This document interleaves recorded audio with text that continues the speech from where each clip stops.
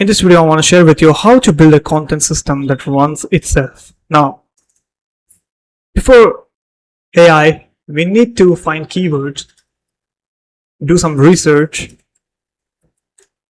and then find low keyword difficulty, high keyword difficulty, and then write outlines, and then write content, and publish a draft, and review it, and then SEO optimize it, on page, off page, etc., and then publish it.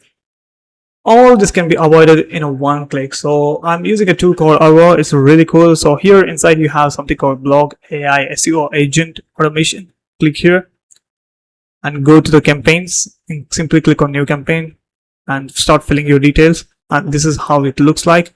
Configuration, and you can see I can produce an article every hour, every 6 hours, every 12 hours, every day, 2 weeks, 2 week, monthly once, and also number of articles per batch. And I can also set the random time, which means the gap between the article generation. So cool, right? The link will be in the description. You can try it out for free. Check it out.